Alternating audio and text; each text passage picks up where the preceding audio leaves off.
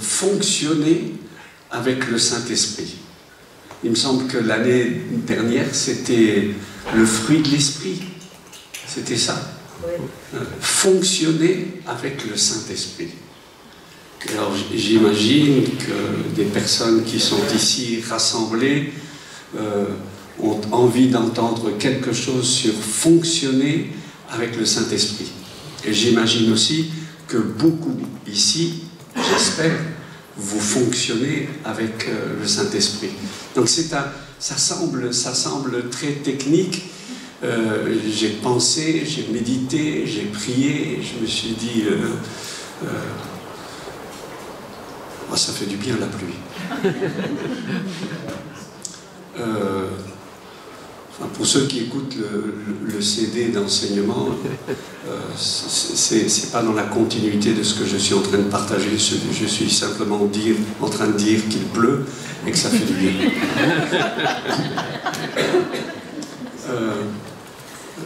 D'ailleurs, le chant qui était inscrit, qui est resté, c'est le souffle des quatre vents, souffle.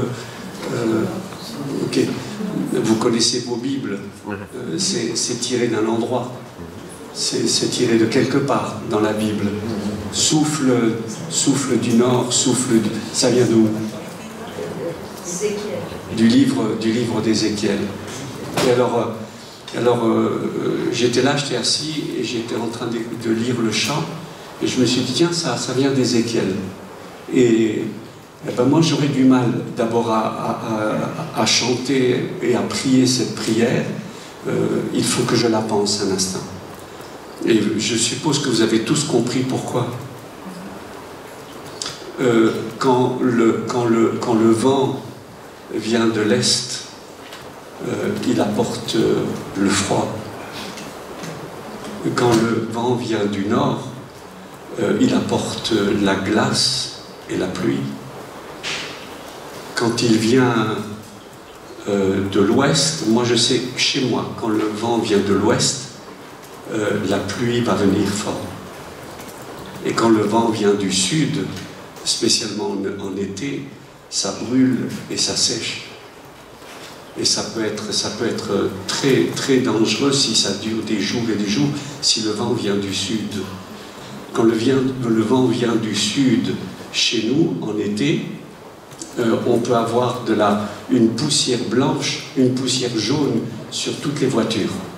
Et après, il faudra nettoyer, parce que c'est le vent qui vient du Sahara et qui ramène le sable. Alors, quand on fait cette prière, vous comprenez ce que ça veut dire. Vous prophétisez, vous déclarez, vous annoncez, Seigneur, viens de l'Est. Viens apporter du froid dans ma vie.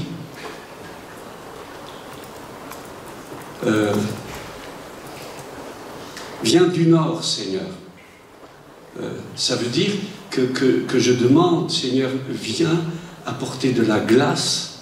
Puis moi, j'aime pas quand il fait froid. Enfin, c'est peut-être lié aux années qui passent, mais j'aime bien avoir chaud. Enfin, je suis un frileux. Je sais qu'il y a des personnes qui sont des radiateurs. Ils n'ont pas besoin de couverture. Quand il fait froid, ils sont en t-shirt. Je suis impressionné. Et cette prière déclare, Seigneur, viens, apporte du froid dans ma vie. Et on peut changer, apporte le vent du sud. C'est vrai, ça apporte peut-être une brise de temps en temps, mais si ça dure trop longtemps, ça sèche. Alors, fonctionner avec la personne du Saint-Esprit,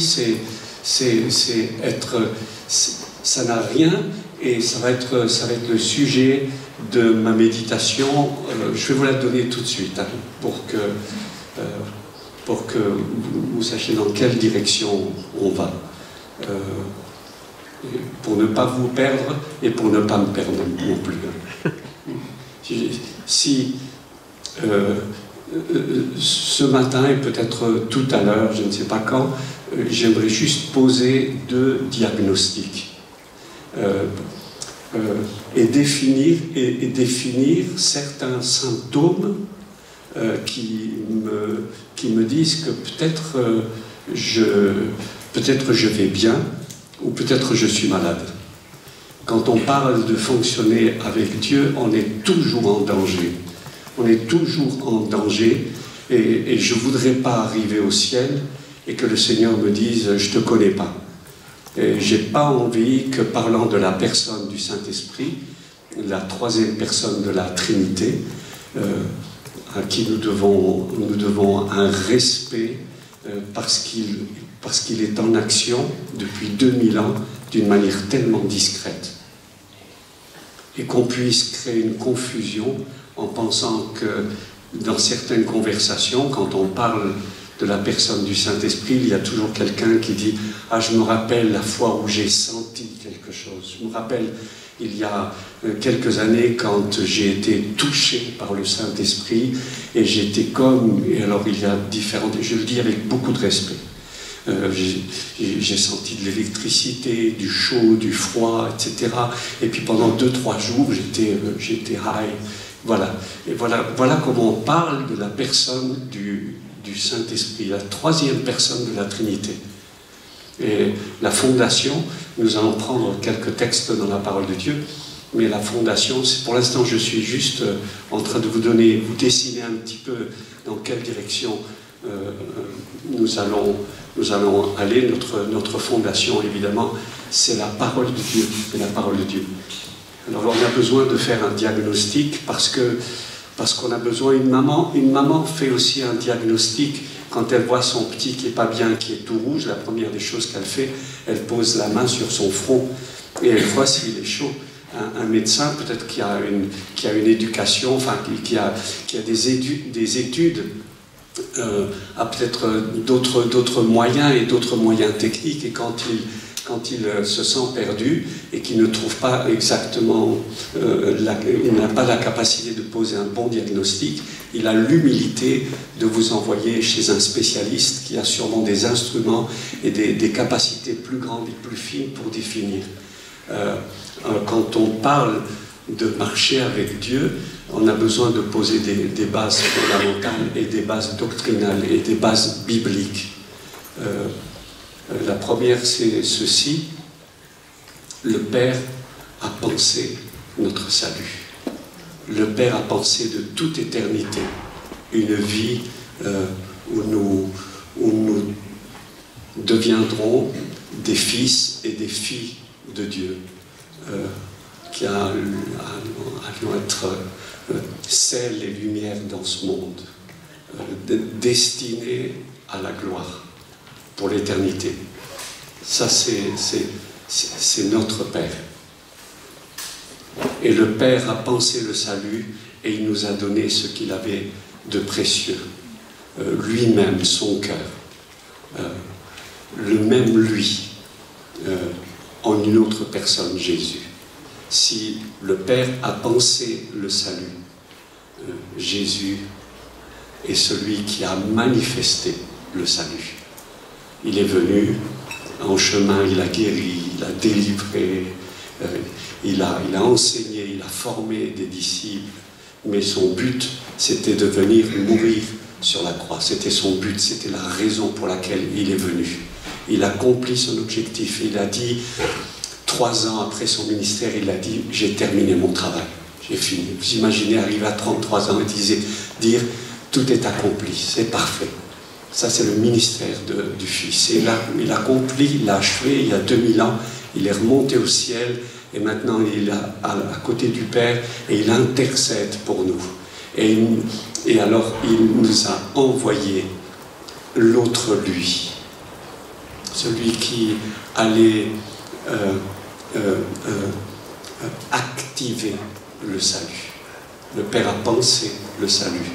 Jésus a manifesté le salut. Et la personne du Saint-Esprit, c'est celui qui active le salut dans nos vies. Depuis 2000 ans, il est en action, il est en fonction, avec une grande discrétion, il opère.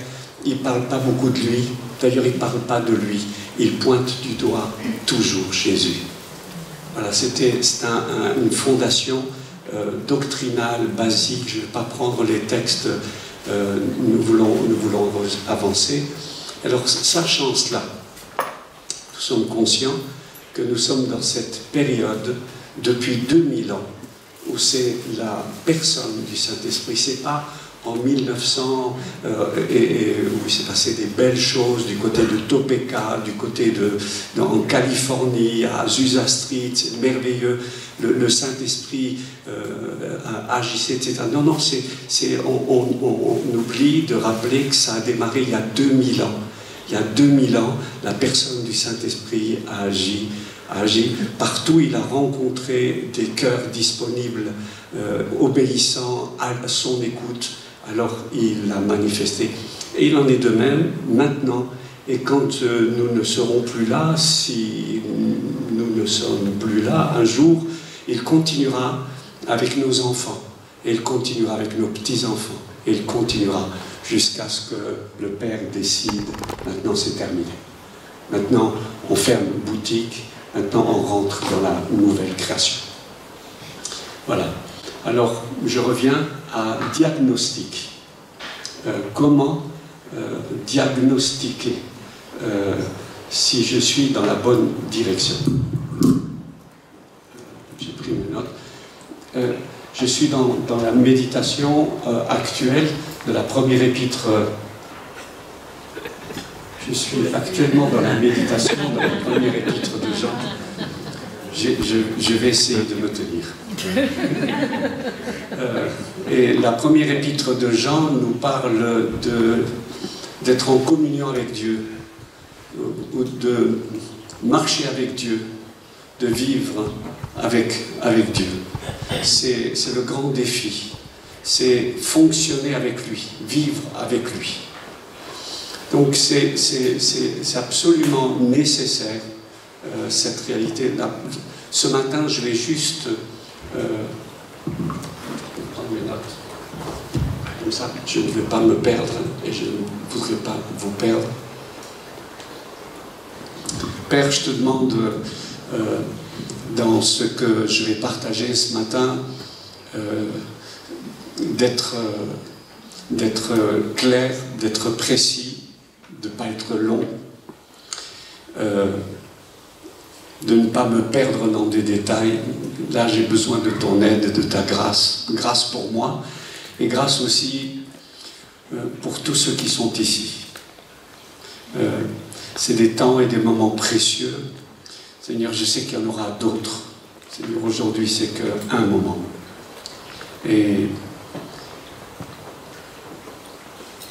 merci pour ton œuvre. Amen.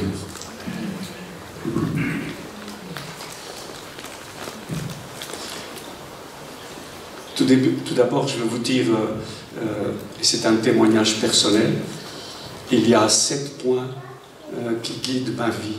Il m'a fallu 20 ans ou 30 ans pour un jour écrire ces points.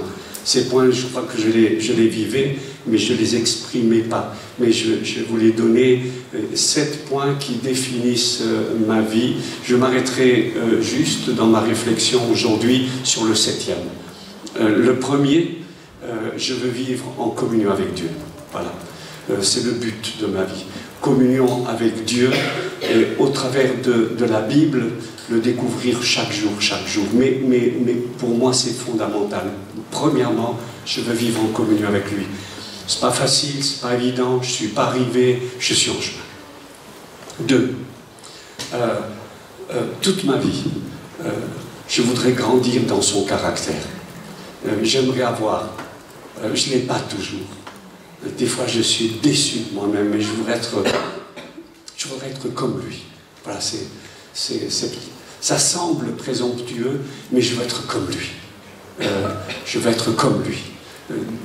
Paul l'écrit, et il écrit à Timothée, et il le dit aux chrétiens, il le dit aux églises, soyez mes imitateurs, comme je le suis moi-même de Christ. C'est le but. Je veux être comme lui. 3. Je veux vivre avec mes convictions. Et toute ma vie. Je veux apprendre à ne pas vivre des convictions des autres. Des convictions qui sont sûrement bonnes et sur lesquelles je me suis aligné. Mais je voudrais vivre de mes convictions. Quand je serai devant lui, le Seigneur me dira qu'est-ce que tu as cru? Et comment as-tu agi en fonction de ce que tu as cru? Il ne dira pas ce que croyait mon pasteur, ce que croyait mon épouse, ce que croyait mon église, ce que croyait ma dénomination, aussi bonne soit-elle. Je dois vivre avec mes convictions et les convictions bibliques, fondées sur les valeurs qui se sont établies. Je ne veux pas dire que la Bible c'est la parole de Dieu parce que quelqu'un dit que la Bible c'est la parole de Dieu. Je veux que ce soit ma propre conviction. Numéro 4, toute ma vie, je veux vivre constamment avec la pensée que je vais un jour transmettre mon héritage. Toujours. Ce que j'ai reçu, ça doit être transmis. Si j'ai reçu un petit quelque chose, on peut le parler aussi du point de vue physique. Si j'ai 3 petits sous, j'espère que ceux qui me suivront recevront ces 3 petits sous. Si j'ai reçu quelques richesses de la part de Dieu, j'espère que ces richesses accumulées, je voudrais les transmettre. Je l'ai lu dans la parole de Dieu, David, à la fin de sa vie, était préoccupé. Jacob, à la fin de sa vie, bénira, ce qui est une autre forme de transmission de l'héritage de la bénédiction. Si tu vis que tu es 20, 30, 40, 50, 60, n'oublie pas tes passages et moi aussi. On passe tous, on n'est pas éternel, encore qu'on est bien ici sur terre, pour ceux qui sont bien. Tout le monde n'est pas bien ici sur terre, hein. Mais c'est la réalité fondamentale. La 5e, c'est je veux vivre avec intégrité. Et c'est pas facile. Être intègre, intègre pour que ce qui sort de ma bouche soit en accord avec ce qui est dans mon cœur. Pour que dans mon comportement avec mon épouse, j'ai une attitude d'intégrité. Dans mes finances, je puisse avoir aussi une attitude intègre.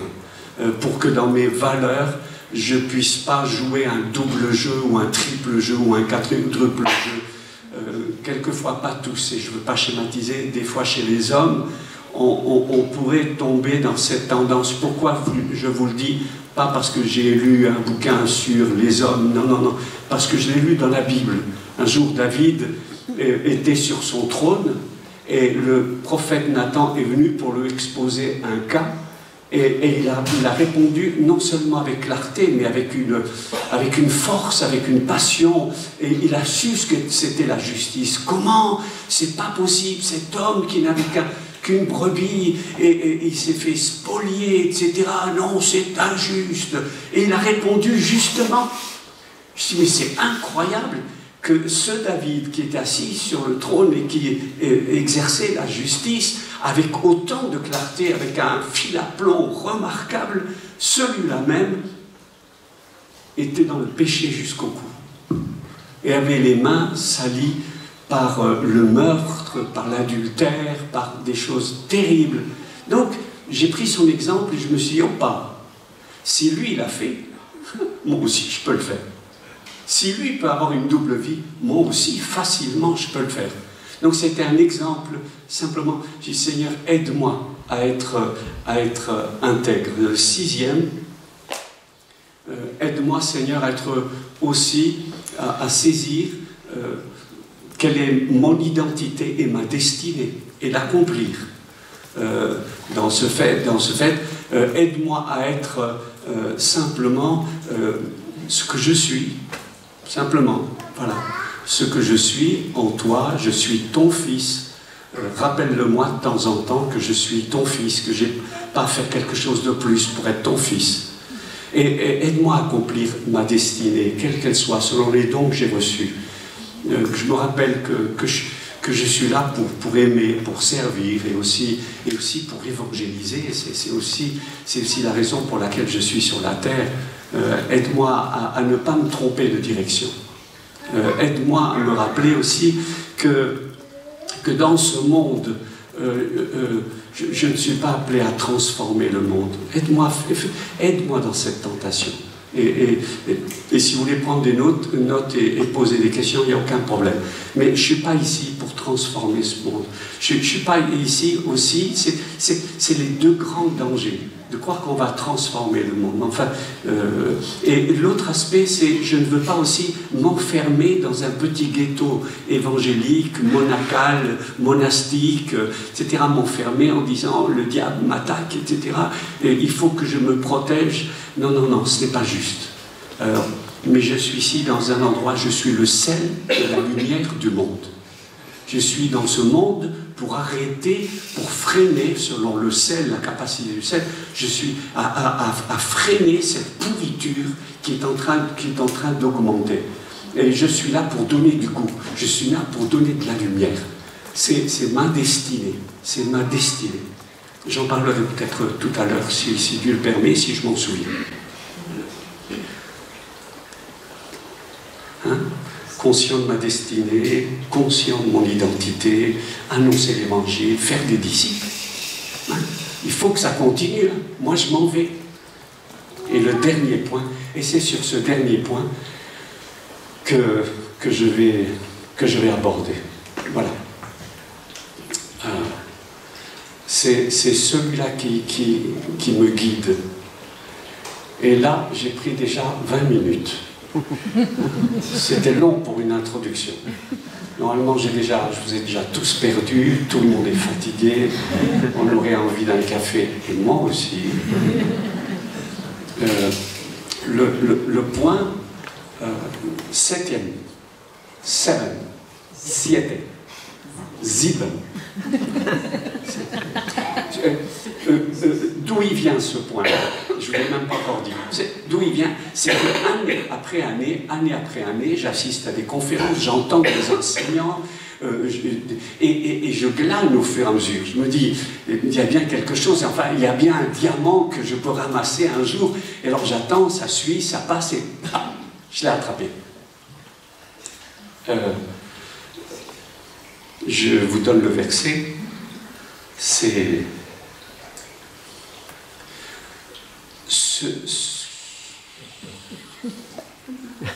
2 Chroniques, chapitre 1, et c'est le verset 7.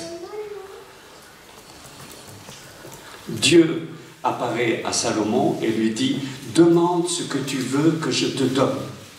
Demande-moi ce que tu veux. »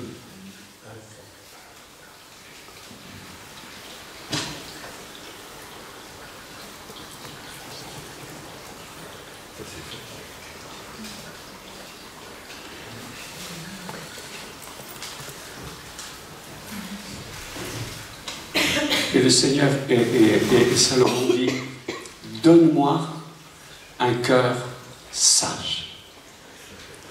Voilà. C'est le point numéro 7, et c'est ce qui me guide. Aide-moi à avoir un cœur sage. Aide-moi à être enseignable.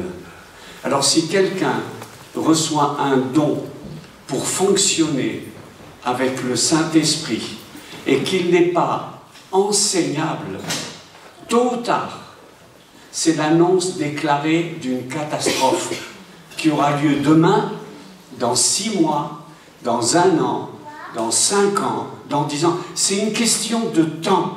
C'est une question de temps. Tôt ou tard, on rencontrera la vie de quelqu'un qui a bien commencé et qui un jour s'est fracassé. C'est l'histoire d'un ministère qui a bien commencé et qui s'est fracassé. C'est l'histoire d'un couple qui a bien commencé et qui s'est fracassé. C'est l'histoire d'un enseignant qui a bien commencé et qui ne voulait plus être enseigné. C'est l'histoire d'un disciple qui voulait être enseigné au début et qui un jour ou l'autre ne voulait plus être enseignable. C'est l'histoire d'un médecin qui a bien commencé, qui a mal fini. C'est l'histoire, et je peux continuer comme ça. C'est l'histoire de la vie de personnes qui autour de nous, ensuite, après qu'ils soient fracassés, soit disparaissent, soit ils écrivent un livre. J'aimerais vous aider, que vous ne fassiez pas les échecs que moi j'ai vécu. Enfin, c'est dramatique, c'est ce point fondamental. C'est ce qui, j'espère, me tient debout aujourd'hui. Après, ça fait 42 ans dans le ministère, et on sert le Seigneur, etc. Enfin, on ne va pas se prendre trop au sérieux, c'est apprendre à être enseignable chaque jour. C'est le danger, c'est de définir et de diagnostiquer si je suis prêt à écouter la suite, si je suis prêt à écouter, après à recevoir les dons que Dieu veut me donner, qu'il me garde toujours dans ce cœur enseignable. Ainsi, Dieu dit à Salomon, Salomon, dis-moi ce que tu veux. Et Salomon, écoutez bien, Salomon est jeune, Salomon est angoissé, Salomon est dans l'inquiétude. Dieu vient toujours quand on est dans une angoisse extrême, et spécialement quand Dieu a posé sur les épaules de Salomon une responsabilité reçue évidemment par David, son père, mais c'est dans cette angoisse, je sais que la responsabilité est énorme. Je sais, il est angoissé, et cette nuit-là, il a prié. D'ailleurs, quand Dieu va lui parler, il va lui dire, je sais que la responsabilité est grande sur tes épaules, dit le Seigneur. C'est pour ça que je suis venu. Tu n'as pas demandé la richesse. Tu n'as pas demandé la vie de tes ennemis. Tu n'as pas demandé des années de vie. Bon, c'est incroyable. Parce que les hommes normaux, des sous, la vengeance, et une vie longue, je vais avoir la vie éternelle, avec ou sans... C'est ce que les gens pensent. Et Dieu lui dit, tu n'as même pas demandé ça. Mais c'est incroyable. J'en suis sûr. Non, enfin bon, c'est pas du tout ce que Dieu a dit. Mais ce qui est très intéressant, c'est Dieu lui dit, je te donne la sagesse. Et effectivement, Dieu lui a donné une abondance de dons. L'important, c'est de rester enseignable. Alors, si Dieu a parlé à Salomon, enfin, Dieu ne m'a pas parlé comme ça. Dieu ne m'a pas réveillé une nuit en me disant, dis-moi ce que tu veux. Non. Il y a un film qui est sorti, La lampe d'Aladin. C'est une autre histoire, mais qui ressemble à pareil. Hein. Le génie sort, il dit, dis-moi ce que tu veux, etc. Tu as toujours un imbécile qui dit, je voudrais un hamburger. Enfin, il y a des gens qui sont comme ça, sont un peu limités dans leur demande. Psaume 25, versets 4 et 5. Montre-moi, ô Dieu, montre-moi tes chemins. Enseigne-moi tes sentiers. Enseigne-moi dans la vérité. Enseigne-moi. C'est le verset 5. Montre-moi. Parce que tu es le Dieu de mon salut. Proverbe chapitre 12. Et c'est le verset 1. Celui qui aime l'instruction aime la sagesse.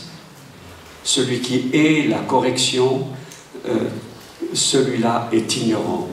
Alors évidemment, être enseignable, c'est déjà saisir que je reçois, mais aussi que je peux être corrigé. Je ne sais pas s'il y a beaucoup de monde qui aime la discipline. Hébreux chapitre 12, Dieu discipline. Vous n'avez pas peut-être entendu. Quand on entend le mot discipline, ça fait... Non, discipline, c'est pas que des cours. C'est une correction. C'est quand le papa s'assied avec son fils et lui dit, tu vois, ça c'est mal, mais je vais te montrer là où c'est bien. Ça c'est la discipline. Faisons attention parce qu'on peut être vraiment sali et perverti quand on entend le mot discipline et correction, surtout si on a souffert de discipline qui nous a fait du mal. Un bon père s'assied à côté de nous et nous dit, tu vois, ça c'est mal et ça c'est bien. Et je vais te montrer, je vais t'aider, regarde, comme ça, on fait. Voilà, c'est de cette manière qu'on fait. Je te montre, je t'aide.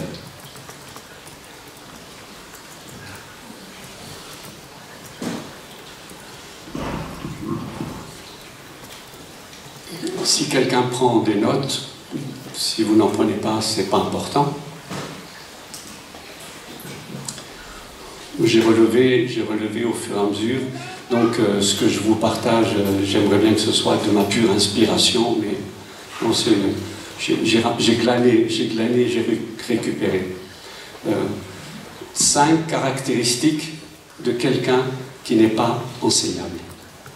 5 caractéristiques, c'est poser la main sur le front de quelqu'un, vous verrez, c'est chaud, peut-être il a de la fièvre, peut-être il a trop chaud, peut-être c'est une insolation. Numéro 1, des échecs constants. Il se marie une fois, ça ne marche pas. Il se marie une deuxième fois, ça ne marche pas. Il se marie une troisième fois, ça ne remarche pas. Il se marie une quatrième fois, ça ne remarche pas. Et à la 5e fois, il dit c'est la faute de toutes les femmes. Quand même. Il prend une voiture, il sort avec la voiture, pan, il la casse. Rachète une voiture, prend une voiture, pan, il la casse. Prend une voiture, 3 secondes, il la casse. Prend une carte, il la casse. Et il dit c'est la faute de la marque. Ils ouvrent une affaire, ils se plantent. Ils ouvrent une autre affaire, font faillite. Et ils recommencent avec une troisième et bon, des échecs constants. Des échecs constants. 2. Des personnes qui sont toujours sur la défensive, qui argumentent en permanence.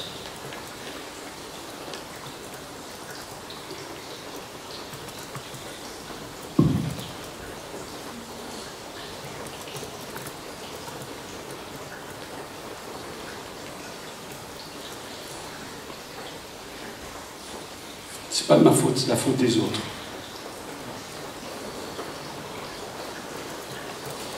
Proverbe 9, versets 8 à 9. Tu peux trouver le verset, Marie? Merci. Proverbe 9, versets 8 à 9.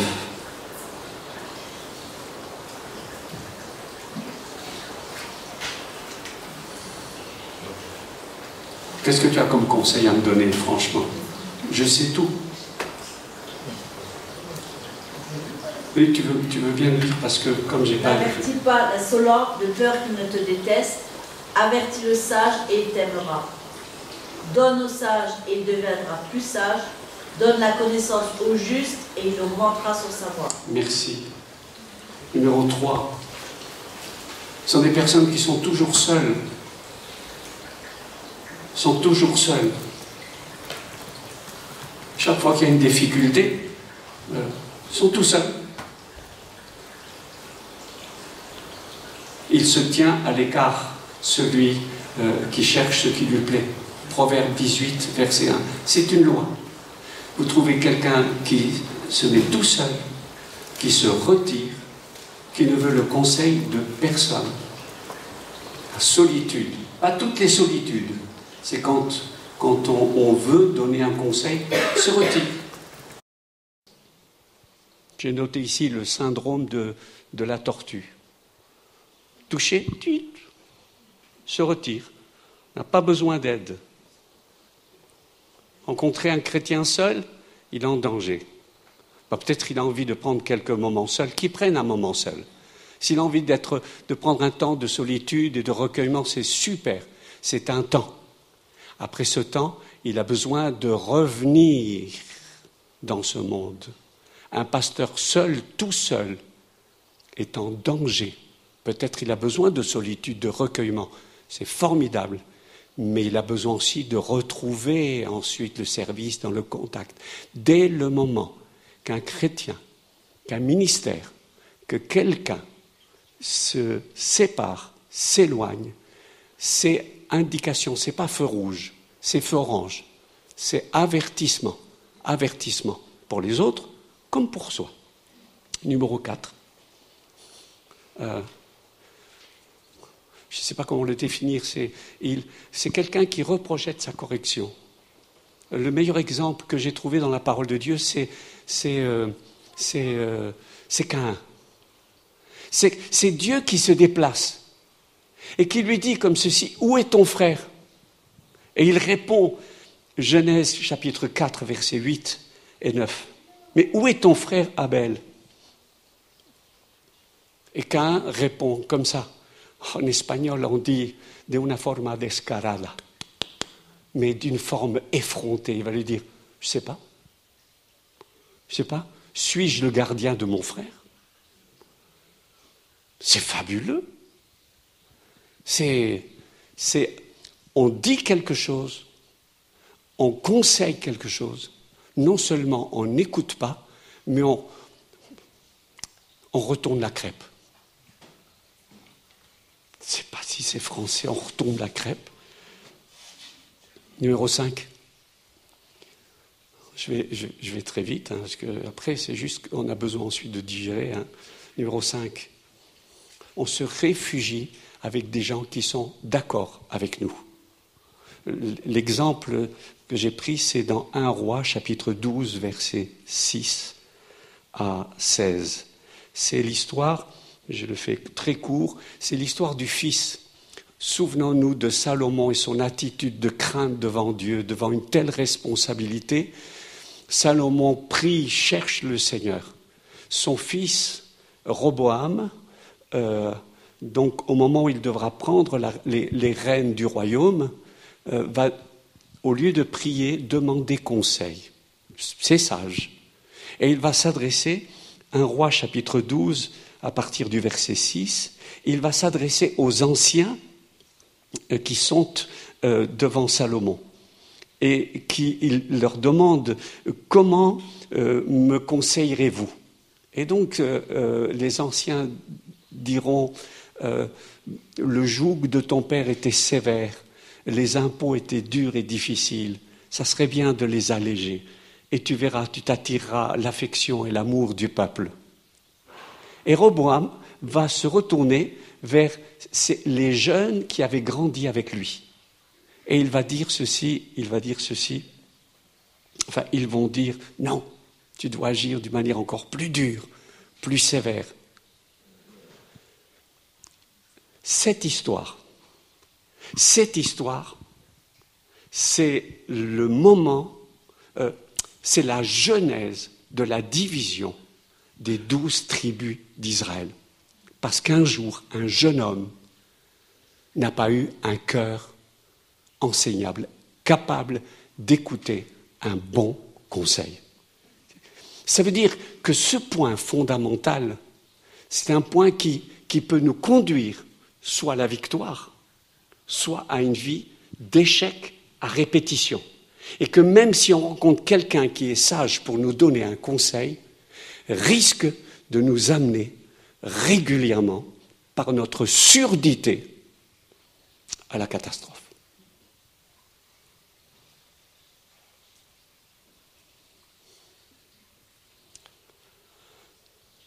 Ça, c'est les 5. Peut-être vous en avez d'autres. Mon enseignement n'est pas exhaustif. Si vous en avez un autre, je trouve que ça serait super. Et si vous me donnez celui-là, j'élargirai un petit peu. Mais en regardant les 5 caractéristiques, j'ai pensé que si on rencontre quelqu'un qui a le nez qui coule et qui a de la fièvre, qu'on lui donne un petit peu d'aspégique chez nous et un mouchoir pour qu'il se nettoie, ça ne règle pas le problème. Sûrement il y a une bactérie, sûrement il y a un microbe, sûrement il y a quelque chose qui doit être traité. Et je me suis attelé ensuite à regarder quelles sont les 5 racines d'un cœur inenseignable. Et j'en ai découvert la première, l'orgueil. L'orgueil.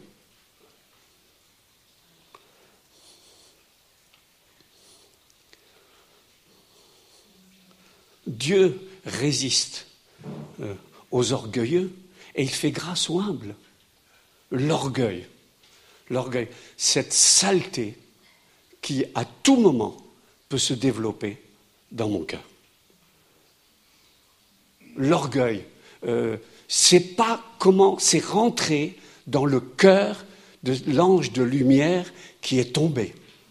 L'orgueil qui est apparu comme ça, comme une tentation chez la femme, chez l'homme. L'homme était responsable du jardin.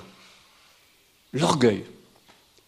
L'orgueil qui, à tout moment, peut me fragiliser à n'importe quel moment. La première des choses, c'est l'orgueil. Proverbe 16, versets 18 et 19. Proverbe 16.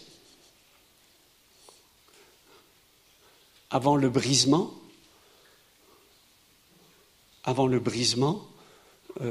se trouve l'orgueil. C'est comme ça, Marie?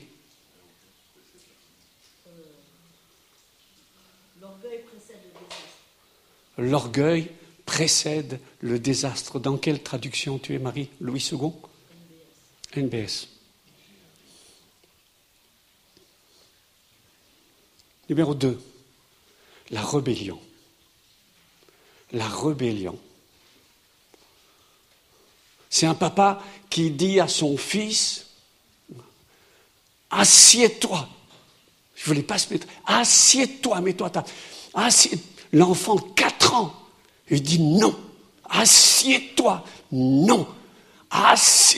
Au moment où il a entendu cet assieds-toi qui signifie que peut-être les foudres vont lui tomber dessus, le garçon s'assied. Et le garçon de 4 ans lui dit, je suis peut-être assis, mais je suis debout dans mon cœur. Le rebelle de fils de 4 ans, la rébellion qui à tout moment, ça sent mauvais, hein? Ça sent ce que les fils du diable peuvent développer, la rébellion et l'indépendance. Alors j'imagine que ces rebelles, quand ils lisent Éphésiens 5, verset 21, Jésus c'est le chef, le patron, le boss. C'est lui. Je suppose qu'ils doivent réagir un petit peu. Enfin non, peut-être pas. Il dit, moi je me soumets à mon chef. C'est facile de se soumettre à un chef invisible. Hein. Moi je suis soumis à Dieu et jamais ils se soumettent à qui que ce soit.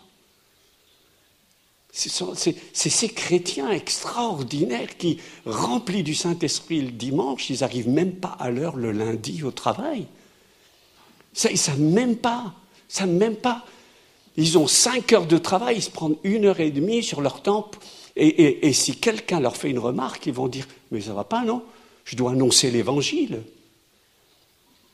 Et le chef lui dit « Mais tu es là ici pour faire 5 heures de travail, pas pour annoncer l'évangile. » Oui, lui dit « Mais toi, tu es un chef chrétien. » Il dit « Je suis un chef chrétien, mais il y a un travail à faire. »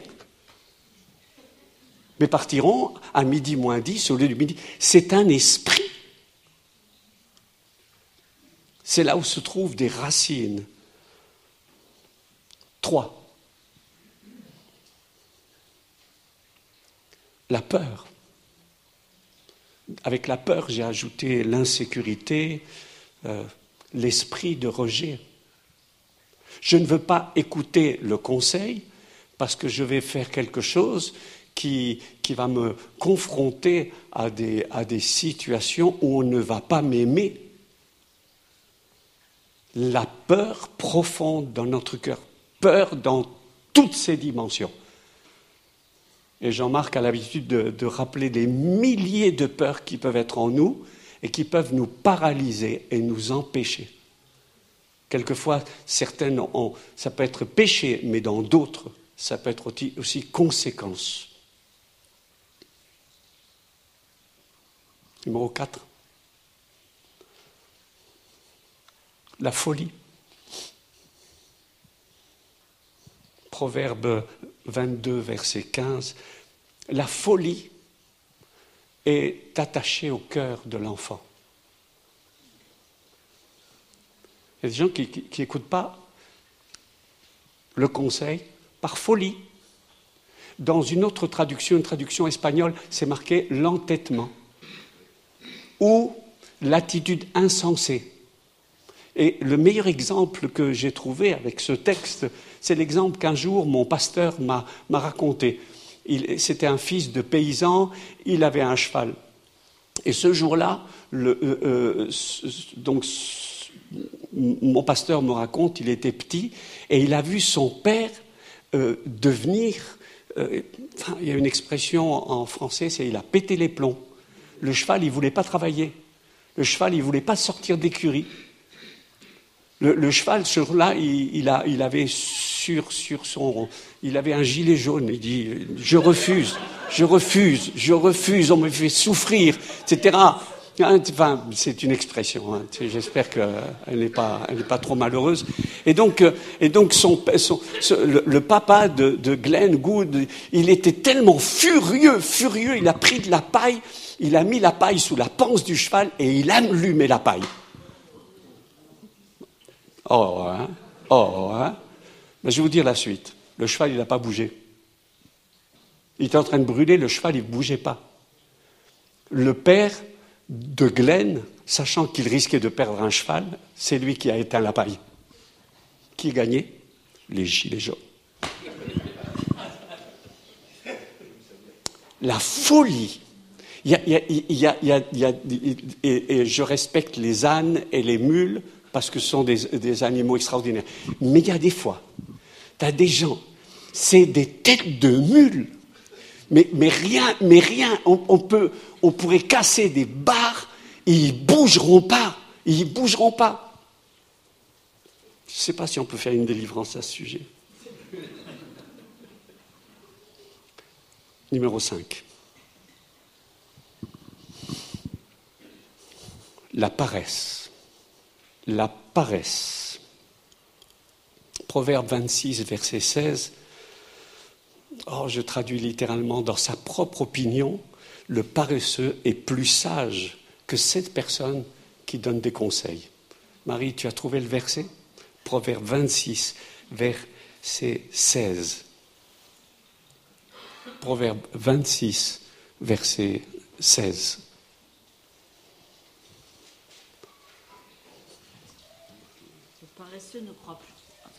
Le paresseux se croit plus sage que cet homme qui répondent avec du jugement.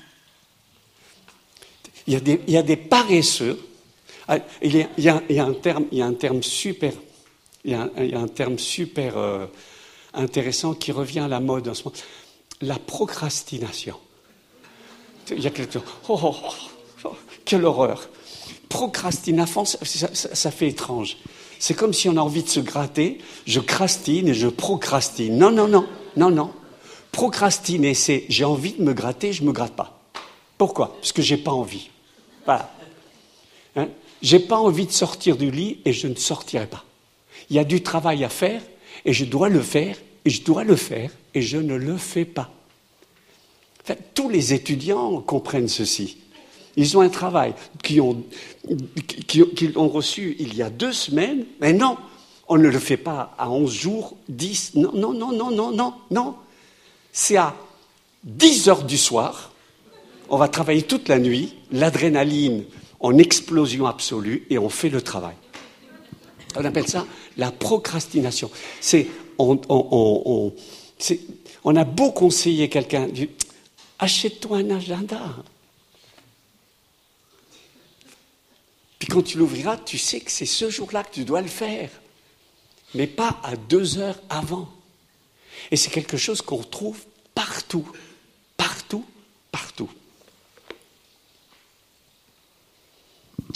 Je pourrais tourner en rond, mais je pense que c'est largement suffisant. C'était clair? C'était clair?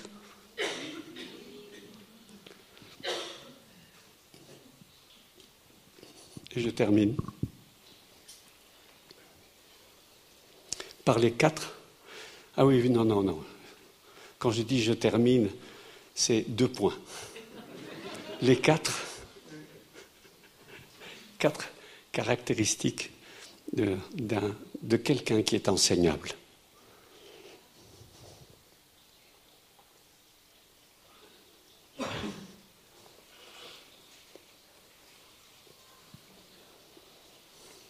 Numéro 1. Humilité.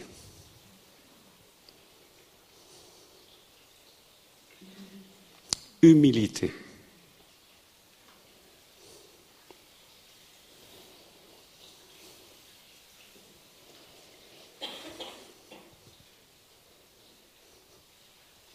Un des premiers enseignements, un des premiers cours, un des premiers conseils qui sont donnés dans une école biblique. Si vous allez faire 1 an, 3 ans, 5 ans, 7 ans, n'oubliez pas, soyez humble. Soyez humble et sachez que ce que vous croyez pourrait être confronté avec ce que la Bible dit. Soyez assez humble pour reconnaître que la Bible est plus intelligente que vous, plus sage. C'est la parole de Dieu. Soyez humble et acceptez que quelqu'un puisse vous donner un conseil. Soyez humble en sachant que même un enfant pourrait peut-être vous corriger. Soyez assez humble et ne la jouez pas malin en pensant que votre ministère, vous avez toutes les réponses complètes et absolues. Soyez assez humble. Soyez assez humble. Il n'y a rien de pire que de rencontrer un médecin qui manquerait d'humilité et qui dirait « j'ai réponse à tout ». Il n'y a rien de plus intéressant que de rencontrer un médecin humble qui dit « moi je n'ai pas toutes les réponses, je vais vous envoyer à quelqu'un qui aura peut-être un meilleur diagnostic que moi ». Il n'y a rien de plus intelligent et plus sage que de rencontrer un pasteur qui dise avec humilité « je ne sais pas, je n'ai pas réponse à tout ». De ne pas jouer à ce jeu, dit « moi je sais » quand on ne sait pas. L'humilité est d'une importance absolue. Jésus était humble de cœur. Et l'humilité, ce n'est pas être mou. L'humilité, il est dit de Moïse, c'est dans la traduction française, je ne l'ai pas trouvé dans la traduction espagnole, mais c'est très intéressant. Il est dit que Moïse était la personne la plus humble de la terre. Moi, je suis sûr que Moïse était quelqu'un de caractère humble. Pourquoi ? Parce qu'il savait écouter le conseil de Dieu et obéir. Être humble, ça devrait être la prière constante. C'est-à-dire, aide-moi à trouver l'humilité, s'il te plaît. Je ne veux pas être mou, mais aide-moi à écouter ton conseil. Quand on est rempli du Saint-Esprit, on est prêt à accepter de nouveaux conseils. Un texte qui dit, dans les psaumes, il dit « Chantez un cantique nouveau ». Moi, j'ai passé 30 ans à lire ce texte, et chaque fois que je lisais ce texte, j'étais fâché, j'étais en colère. Et vous savez quoi ? J'ai appris, quand ça me met en colère, c'est que le Saint-Esprit, il est là-dedans. Il me met en colère, il dit « Ah, t'as pas vu, hein, t'as pas trouvé ». Je dis « Non, j'ai pas trouvé. Dis-moi la solution ». Et le Seigneur me dit « Cherche, cherche ». Ça veut dire, pourquoi ça me mettait en colère ? Vous savez pourquoi ça me mettait en colère ? Chante un cantique nouveau. Moi, je réponds, comment je peux chanter un cantique nouveau si je ne le connais pas ? Hein ? C'est difficile de faire quelque chose de nouveau quand on ne l'a jamais fait. Ouais, mais c'est marqué dans la parole de Dieu, on va chanter un cantique nouveau. Mais tu peux le chanter, tu peux te gargariser de la musique, mais le sens des paroles, vas-y, fais quelque chose de nouveau. Mais je n'ai jamais fait. Mais dis-moi quoi ? Ben non. Vas-y, fais-le. Ça choque de faire quelque chose de nouveau, pas quelque chose d'excentrique, pas quelque chose de tout fou. Non. Le nouveau de Dieu, les gens pensent au début, il est ridicule ce garçon. Oh, il a fait quelque chose de nouveau. Après, la réaction des gens, c'est, il faut le flinguer celui-là. Ah, il faut le flinguer. Ah, celui-là, c'est pas seulement ridicule, il est dangereux. Il est dangereux. Hein ? À l'époque, je vais te donner un exemple, mais alors, un exemple basique. À l'époque, si quelqu'un levait les mains, les gens disaient, mais il a un problème, c'est un hold-up. Qu'est-ce qui se passe ici ? Qu'est-ce qu'il fait là ? Ça fait 40 ans, on n'a jamais levé les mains, etc. Puis après, ensuite, on est passé au deuxième point. Il faut le flinguer, celui-là. Ah, celui-là, il est possédé d'un esprit qui lui lève les mains. Hein ?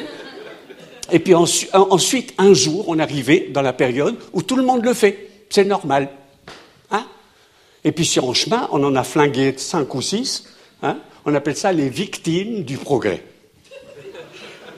Je ne sais pas si vous me suivez, etc. Vous comprenez ce que je veux dire ?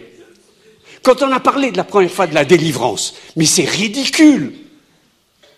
Puis ensuite, on est passé à l'étape, c'est dangereux, il faut les flinguer, ceux-là. Puis ensuite, on est passé à l'étape, tout le monde le fait. C'est normal, c'est normal. La première fois que quelqu'un a dit que la Terre était ronde, on lui a dit, mais c'est ridicule. Ensuite, on a dit, il faut le flinguer.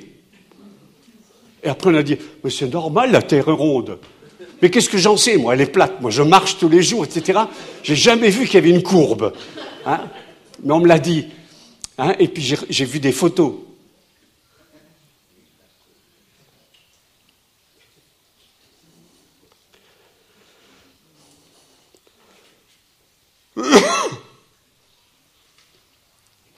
Accepter la correction. Rencontre quelqu'un qui accepte la correction. Rencontre quelqu'un, tu lui fais une remarque, et il accepte. Ça fait du bien. Rencontre quelqu'un à qui tu as donné des responsabilités et ensuite tu lui dis, dans ce domaine, tu pourrais faire mieux. Regarde comme cette personne réagit et tu vas voir tout de suite s'il y a de l'avenir spirituel dans sa vie.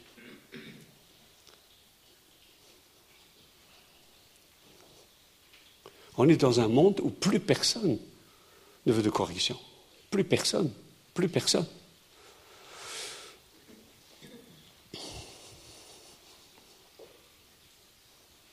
3. On cherche des conseils sages dans tous les temps de décision. Proverbe 11, verset 14.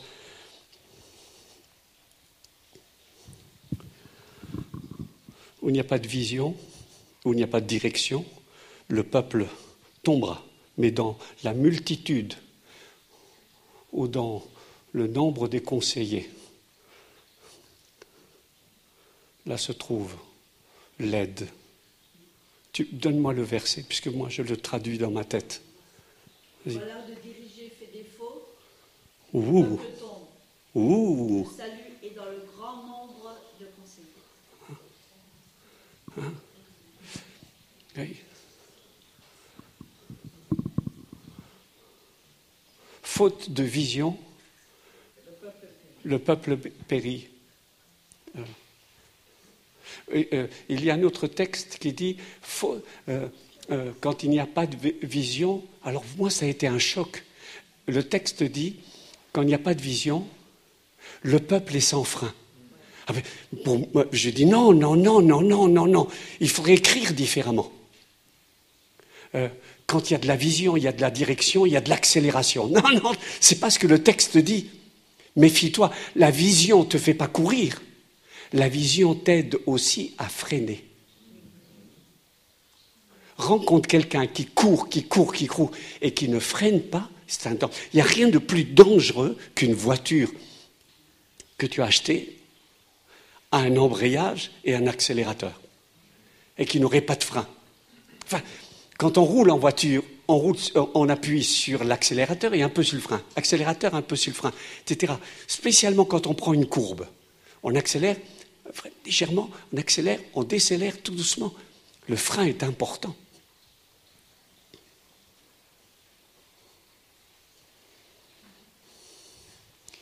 Demande des bons conseils.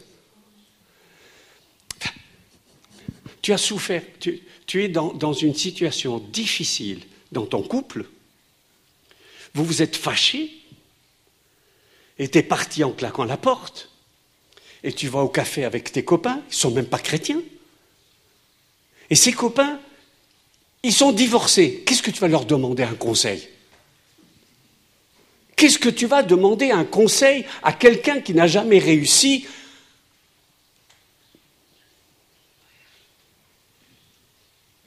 Vous pouvez compléter la fin de la phrase. Demander des conseils à des gens qui vivent d'échec en échec, mais qu'est-ce qu'ils peuvent apporter ? Si on ne demande pas conseil à quelqu'un qui au moins a réussi quelque chose. Numéro 4.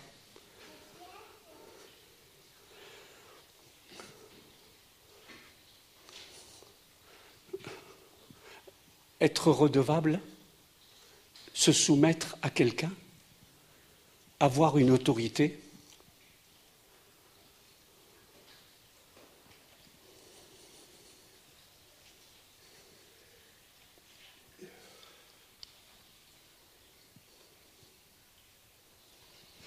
c'est le dernier point.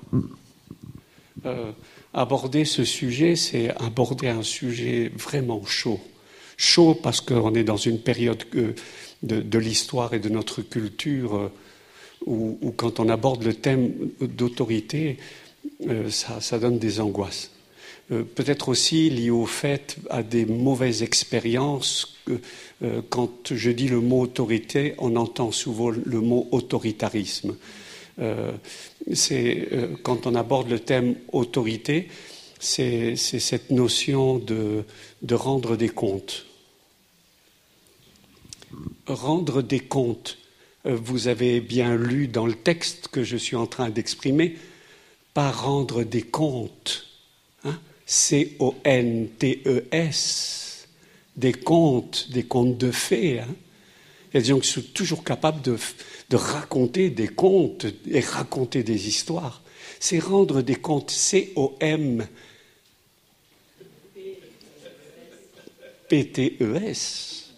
Hein? Rendre des comptes. Et un jour, le maître vint et demanda des comptes. Ainsi est notre vie. Dieu nous demande des comptes. Si vous avez un travail, quelqu'un vous demande des comptes. Ma sœur qui est instite, elle me dit, mais c'est les heures qu'on passe à remplir des feuilles et encore, etc., où on doit rendre des comptes à l'administration française, etc. On doit rendre des comptes, un comptable doit rendre des comptes. Je connais des églises, chaque année, elles ont une rencontre qu'on appelle rencontre d'association, une assemblée générale où on rend des comptes. Et c'est un merveilleux moment d'échange, etc. Alors, en Suisse, c'est toujours parfait, ça je le sais. Mais si on passe la frontière, je ne parle pas de certains pays parce que je crains que quelqu'un nous écoute. Mais ils arrivent tous à cette rencontre, ils ont tous un gilet jaune, etc. C'est le pasteur là, il dit, ça suffit. J'ai entendu dire, j'ai jamais vécu ça, mais j'ai entendu dire qu'il y a eu des réunions où on s'est battu, où on s'est donné des coups. Dans une église, ça arrive, oui, de la fâcherie, de la bagarre, etc. Où on se lève et on dit, il manquait 4 cents. Et la pauvre trésorière se trouve comme ça, à essayer de rechercher. On doit rendre des comptes. Si tu ne rends des comptes à personne, tu es en danger. Non, ça sent déjà le brûlé. Non, c'est pas qu'il y a de la fumée, c'est qu'il y a de la flamèche. Si jamais tu as rendu des comptes, c'est normal. Un pasteur encore plus. Un pasteur encore plus.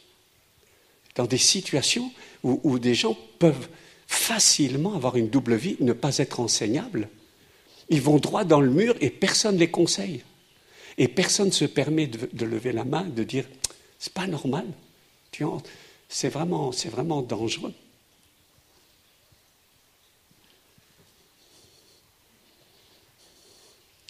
Ésaïe chapitre 50, verset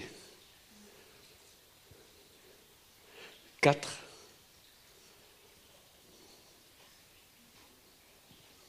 Ésaïe 50, verset 4. Voilà, on a presque terminé. Verset 4. Merci. Le Seigneur Dieu m'a donné le langage des disciples, pour que je sache soutenir par une parole celui qui est épuisé chaque matin. Il éveille mon oreille pour que j'écoute à la manière des disciples. Dans la traduction, j'ai lu la traduction d'Arby et j'ai regardé le terme il éveille chaque matin pour que j'écoute. Il creuse profondément mon oreille.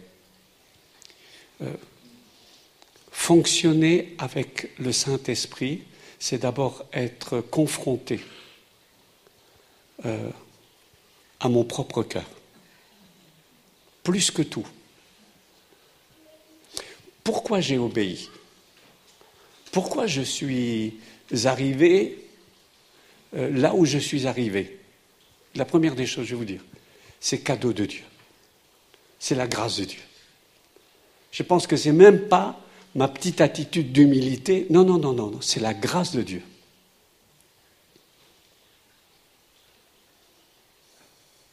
C'est son cadeau. Mais ensuite, dans ce cheminement, j'ai dû confronter certaines tendances de mon cœur. Et il a fallu à un moment donné que je réponde. J'ai dit, oui Seigneur, aide-moi à grandir. Aide-moi à grandir dans cette tentation qui est à l'intérieur. Et ensuite, confronter ces 4 racines. 4 racines. L'orgueil, la rébellion, la solitude, la peur profonde et la paresse. J'ai besoin de les confronter spirituellement parce que souvent l'ennemi se cache derrière ces situations pour essayer de nous paralyser. Avant d'aller dans le prochain thème qui sera un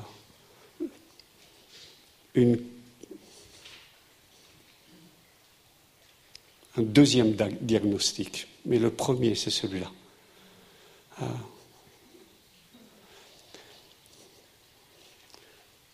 Il est 11h30, l'enseignement est terminé.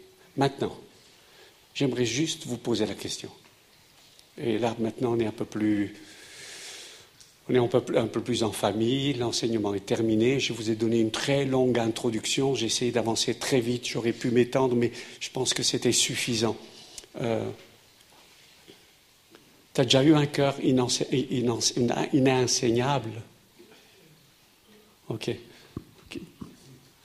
Oui ou non? Pécheur, va. Non, je me sens en famille, parce que moi aussi, ça m'est déjà arrivé. Seigneur, il me semblait qu'il me montrait quelque chose. Je disais, oh, non, Seigneur, non, demande-le à quelqu'un d'autre. Hein?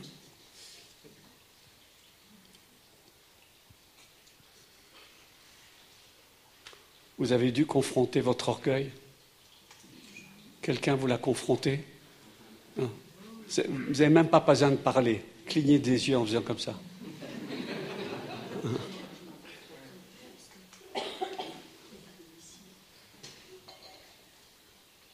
Et la rébellion. Non, ne parlez pas, faites. On est en famille, hein. On est en famille. Et quand on vous a donné un conseil, que ça vous a blessé, vous êtes barré tout seul comme ça. Hein? Je le fais à ma manière. Je me mets sous un coussin.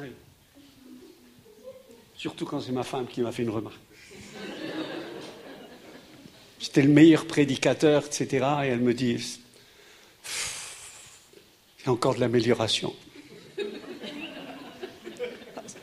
Ça vous met un coup. Hein. Alors moi, je me trouve sous le coussin. Chacun le planque à sa manière. Hein. Il y a certains qui ne lèvent pas le pouce, hein, qui ne bougent pas comme ça. Mais à l'intérieur, ils sont détruits. Je suis foutu, etc. C'est vrai ou c'est pas vrai? Et la paresse. Hein? Et la paresse, quand Dieu vous a demandé et que vous avez dit...